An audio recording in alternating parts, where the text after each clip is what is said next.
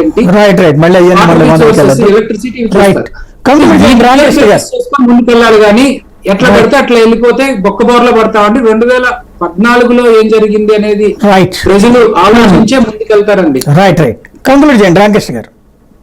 అత్యంత టీవీ పరిశ్రమకి అంత టైం కానీ అన్ని పారామీటర్స్ కానీ ఉండవు, దానివల్ల ఇమీడియట్ ఇన్కమ్ పెరుగుతూ ఉంటుంది. రెండు లేక నిరుద్యోగులు, నేను పట్టభద్రుల నిరుద్యోగులతో సైతం నెంబర్ 1 స్థానంలో కానీ రైతు ఆత్మహత్యలు 3వ స్థానంలో ఉండదు. దాని అర్థం ఏంటంటే అటు వనరులను సద్వినియోగం చేయలేదు, అండ్ ది సేమ్ టైం ఉన్న వనరులు కూడా అస్తవ్యస్తం చేశారు. మేము వాటిలన్నింటినీ కూడా సద్వినియోగం చేయడం ద్వారా ఇన్కమ్ పెంచుతాము, మా బడ్జెట్ పెంచుతాము.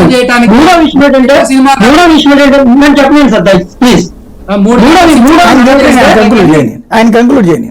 మూడో అంశం ఏంటంటే లా అండ్ ఆర్డర్ కంప్లీట్ గా ఫెయిల్ అయింది. మేము లా అండ్ ఆర్డర్ సెట్ చేయడం ద్వారా ఏవైతే ఇండస్ట్రీస్ కానీ లేకపోతే కన్ఫ్యూజింగ్ అట్మాస్ఫియర్ లేకుండా చేయడం కానీ వాటి ద్వారా మేము అట్రాక్ట్ చేస్తాము. అండ్ ది సేమ్ టైం అప్పు ఒక్కరోజు కూడా చేయమని చెప్పట్లేదు. అవసరాలకు అప్పు చేసినప్పటికీ కూడా అది విచక్షణాత్మకంగా డెవలప్మెంట్ సెక్టర్ లో ఉండి డెవలప్మెంట్ లో మళ్ళీ దాన్ని తీర్చి దాన్ని బ్యాలెన్సింగ్ చేసే విధంగా చేస్తామని చెప్తున్నాము. అంతేగాని అక్కడ కూడా ప్రాక్టికాలిటీ విరుద్ధంగా మేము చెప్పాలని అనుకుంటలేదు.